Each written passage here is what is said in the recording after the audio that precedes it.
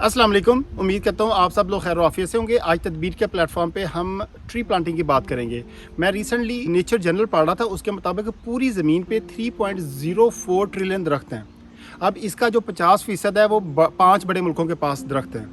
अब बाकी जो 50% बचा उसका 2/3 2/3 बाकी 10 मुल्कों के पास दरख्त हैं। तो कहने का मकसद ये है कि पूरी दुनिया के सबसे ज़्यादा जो दरख्त है 15 मुल्कों के पास है, और बाकी दुनिया में जितने भी मुल्क बचते हैं उनके पास सिर्फ 1.9 ट्रिलियन ट्रीज़ हैं। आजकल मॉडर्न दौर में इसको एक इंडेक्स के तहत देखा जाता है कि किसी भी मुल्क के अंदर एक फ़र्द के हिस्से में कितने दरख्त आते हैं। तो इसका एक एवरेज रखा है 422। अब इसके मुताबिक कनाडा दुनिया का पहले नंबर पे मुल्क है जिसमें एक बंदे के हिस्से में 10,000 ट्रीज़ आते हैं। उसके बाद आप कह लें रशिया आता है जिसमें 4000 समथिंग है, बोलीविया आ गया, ग्रीनलैंड आ गया, ऑस्ट्रेलिया आ गया, सेंट्रल अफ्रीका आ गया, so on and so forth. अगर हम इंडिया को और पाकिस्तान को देखें तो इंडिया में एक बंदे के हिस्से में 28 दरख्त आते हैं और पाकिस्तान में एक बंदे के हिस्से में 5 दरख्त आते हैं। It's very sad, it's very shocking कि पाकिस्तान में जो सूरत हाल है बहुत ज़्यादा डाउन है, डिस्पाइट कि हमारे पास दुनिया की सबसे ज़्यादा ऑथेंटिक स्टेटमेंट है। हुज़ूर पाक सल्लल्लाहु अलैहि वसल्लम ने फरमाया कि अगर हम में से कोई भी बंदा बीज को लगाए, उसकी लुक आफ्टर करे, पौधा बनाए और उसको मैच्योर दरख्त करे, अब उससे कोई भी जानवर, कोई भी परिंदा, कोई भी इंसान फ़ायदा उठाएगा तो उसका फ़ायदा लगाने वाले को होगा, प्लांटर को होगा। इंसान उसके साए में बैठेंगे, जानवर उसके साए में बैठेंगे, परिंदे उसमें घोंसला बनाएंगे, सुबह सुबह चहचहाएंगे, अपना अल्लाह सुब्हानहू तआला की तारीफ़ करेंगे, तस्बीह बयान करेंगे, और बाकी भी छोटे इंसेक्ट जो हैं उससे पत्ते खाएंगे, बाकी इनहेबिटेंट ज़मीन में नीचे या ऊपर उससे फ़ायदा हासिल करेंगे। तो हमें ना कि सिर्फ हमारी ज़िंदगी में बल्कि मरने के बाद भी इसका सवाब मिलेगा, इसका अजर मिलेगा, क्योंकि ये सदका जारी है। अल्लाह सुब्हानहू तआला की निशानियों में से एक दरख्त भी निशानी है, और अल्लाह पाक की क्रिएशन मखलूक है। जिस तरह हम सांस लेते हैं इसी तरह दरख्त भी सांस लेते हैं। जब ये सांस बाहर निकालते हैं तो ये ऑक्सीजन बाहर निकालते हैं। वो जो ऑक्सीजन है हम सांस के ज़रिए अपने अंदर लेके जाते हैं। आपको पता होगा कि एक आध माह पहले वह happen in India, people were having money on their hands to buy 1 cylinder, oxygen cylinder, तो लेकिन इट वाजंट अवेलेबल। लेकिन ये दरख्त जो हमें खिदमत कर रहे हैं अल्लाह सुब्हानहू तआला के हुक्म से, they never give us any bill.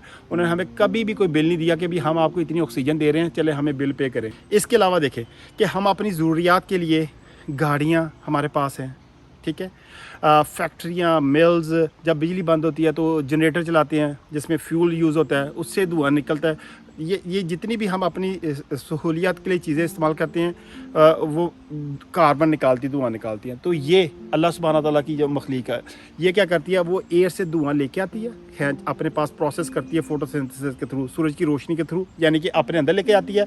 और ये जो लकड़ी आपको नज़र आ रही है ये कार्बन से कन्वर्ट होती है, अपने अंदर ये लकड़ी बनाती है। वो लकड़ी जिस पे आज हम बैठे हुए हैं, जिस पे टीवी रखा हुआ है, आउटडोर फर्नीचर है हमारा, जिस पे कबर्ड में कपड़े हैं, और इसी तरह की कितनी एग्जांपल है, ये इन्हीं से आती है। लेकिन अगर हम इस चीज़ पे गौर करें तो हम एज ए ह्यूमन, हमारे अंदर जज्बा तशक्कर, इसमें बहुत ज़्यादा हम कंजूस हैं। अगर हम आपस में इंसान भी एक दूसरे पे एहसान करें तो हम कंजूसी से ही किसी का शुक्रिया अदा करते हैं। तो ये तो फिर सेकंड मखलूक है जिसका हम शुक्रिया अदा करें। हालांकि ये हमारा टेम्परेचर जो है, दर्जा हरारत शहरों में और गांव में उसको बैलेंस करती है।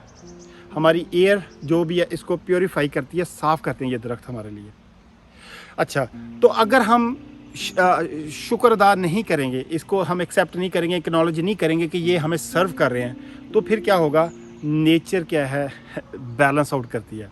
अब आपके सामने आप देखें क्लाइमेट चेंज की बातें हो रही हैं, ग्लोबल वार्मिंग की बातें हो रही हैं। ग्लोबल वार्मिंग क्या है, ये आप देखो कि ऑस्ट्रेलिया में जंगलों में आग लग रही है।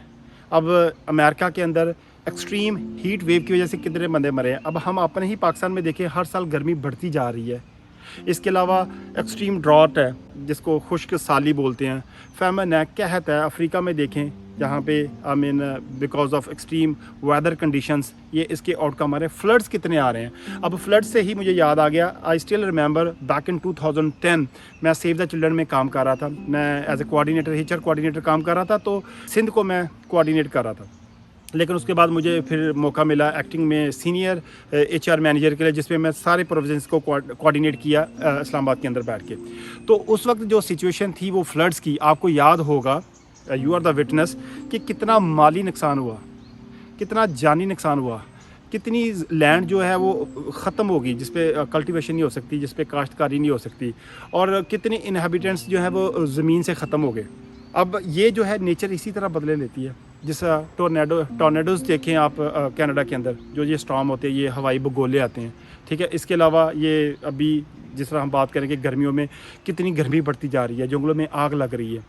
اسی طرح کے بہت ساری اور بھی آپ دیکھو, آپ کو پتہ چلے گا کہ بھی کیا ہو رہا ہے اس کے جو گلوبل وارمنگ اور کلائمیٹ چینج سے آ رہی ہیں چیزیں, جو افیکٹس آ رہے ہیں. کیونکہ ہم we are not thankful to the trees کہ جو وہ ہمارے لیے سرو کر رہے تھے. جب بہت زیادہ گرمی بڑھتی ہے تو پہاڑوں پہ آپ کو پتہ ہے کہ گلیشیئرز ہیں, برف ہے, تو وہ پگھلتی ہے.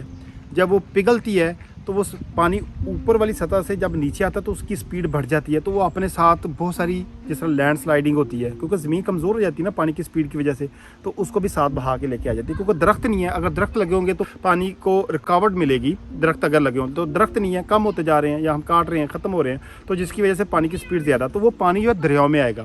تو پانی جب دریاؤں میں آئے گا اس کا پریشر زیادہ, تو وہ اس کے کنارے ہیں وہ اس میں سے نکل جاتا ہے. کناروں میں سے کیوں نکل جاتا ہے, جو ریور سائڈ ہیں, کیونکہ وہاں پہ درخت نہیں لگے ہوئے.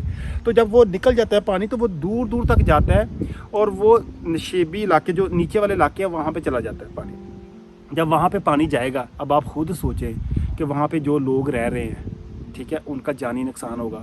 کتنے ان کے پاس مویشی ہیں, جانور ہیں, ان کا نقصان ہوگا. اور باقی کتنے انہیبیٹنٹس ہیں جو ہمیں نظر بھی نہیں آتے, اللہ پاک کی جو باقی مخلوقات ہیں وہ بھی ختم ہو جائیں گی. اچھا, جہاں پہ پانی کھڑا رہ گیا وہاں پہ کوئی کاشتکاری تو نہیں کر سکتے, نہ ہی وہ فریش واٹر ہے, تو وہ جو کاشتکاری نہیں کر سکتے تو اس کا مطلب وہ زمین کا لاس ہو گیا, پراپرٹی کا لاس ہو گیا, ٹھیک ہے. اب وہاں پہ پانی کھڑا رہے گا, کیونکہ پریشر تو پیچھے نہیں ہے, وہاں پہ کھڑا رہے گا, تو وہاں سے اور بیماریاں پھیلیں گی, باقی معاملات چلیں گے, ٹھیک ہے. لیکن اب ایک اسی کو دوسری سائڈ پہ دیکھ لے, اگر وہاں پہ پانی ہے, کھڑا ہے, تو پانی پھر گرمی پڑے گی. جب پھر گرمی پڑے گی تو پانی بخارات بن کے اوپر اٹھے گا. پانی بخارات بن کے اوپر اٹھے گا, فضا میں نمی ہوگی, فضا میں نمی ہوگی تو پھر بارش ہوگی. جب پھر بارش ہوگی تو پھر یہی سائیکل ریورس ہوگا, اور اسی طرح درخت نہ ہونے کی وجہ سے وہ تباہی کرے گا, فلڈز وغیرہ آئیں گے, باقی معاملات چلیں گے. اگر ہم اس پہ غور کریں, درخت پہ اگر ہم لگائیں گے تو اس کے فائدے ہیں, اس کے نقصان تو کوئی نہیں ہے. ہم فلڈ سے بچ سکتے ہیں. درخت لگانے کے فائدے ہیں, مطلب ہماری پراپرٹی کی قیمت بڑھتی ہے, خوبصورت لگتی ہے. ابھی میرا مقصد یہ تھا کہ یہاں پہ آؤٹ ڈور آ کے یہ ویڈیو بنانے کا, کہ آپ خود دیکھیں کہ اگر میں اپنے آپ کو آپ فیل کرو کہ 15-20 منٹ کے لیے آپ یہاں پہ درخت کے سائے میں بیٹھے ہو, اور 15-20 منٹ آپ شالمی میں ٹریفک میں پھنسے ہوئے ہو. آپ کی دونوں میں دیکھو آپ کتنے, وہاں پہ بندے کا موڈ ہی کچھ اور ہوتا ہے, یہاں پہ موڈ ہی کچھ اور ہوتا ہے. اب یہ دیکھیں کہ اس کے علاوہ یہ انرجی سیو کرتے ہیں. چلے پہلے تو یہ درخت کی جو لکڑیاں سے استعمال کرتے تھے ہم, ابھی بھی انرجی کا سورس ہے. لیکن اس کے علاوہ بھی آپ دیکھیں, اگر آپ باہر آ کے بیٹھ گئے ہیں تھوڑی دیر کے لیے اگر آپ باہر آ کے بیٹھ گئے ہیں, تو اس وقت تک آپ اندر تو کوئی چیز نہیں نا, یوٹیلیٹی چلا رہے, ٹھیک ہے, وہ اس کا فائدہ ہے. اور مین اس پر دیکھیں آپ, ہماری آنے والی نسلوں کو اس کا فائدہ ہے. اگر ہمارے یہ درخت ختم ہو جائیں گے, ابھی 5 کی ایوریج ہے, اس نتھنگ.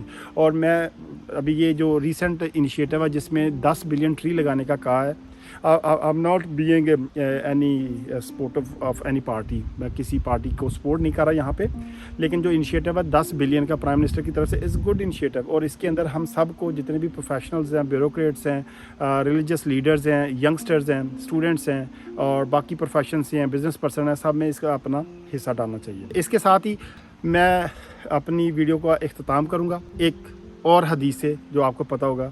حضور پاک صلی اللہ علیہ وسلم نے فرمایا کہ یہ دنیا جو ہے, اس دنیا میں ہم ایک رائڈر, ایک مسافر کی طرح ہیں, جو کسی درخت کے نیچے تھوڑی دیر کے لیے سستانے کے لیے بیٹھ گیا, اور پھر وہ اٹھا اور اپنا اس نے سفر رزیم شروع کر لیا, اور پھر پیچھے درخت چھوڑ گیا.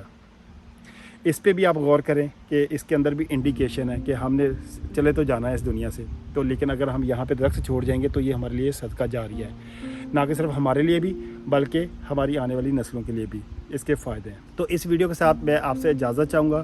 آپ لوگوں کا بہت شکریہ once again for taking time out to watch this movie. اور اگر آپ سمجھتے ہیں کہ یہ جو درخت لگانا, اس سے ہماری زندگی میں بہتری آ سکتی ہے, باقی لوگوں کی زندگی میں بہتری آ سکتی ہے, تو اس گریٹر گڈ کے کام میں آپ بھی اپنا حصہ ڈالیں.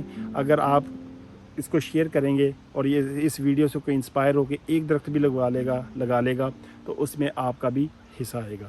تو یو ٹیک کیئر, اللہ حافظ, تھینک یو ویری مچ.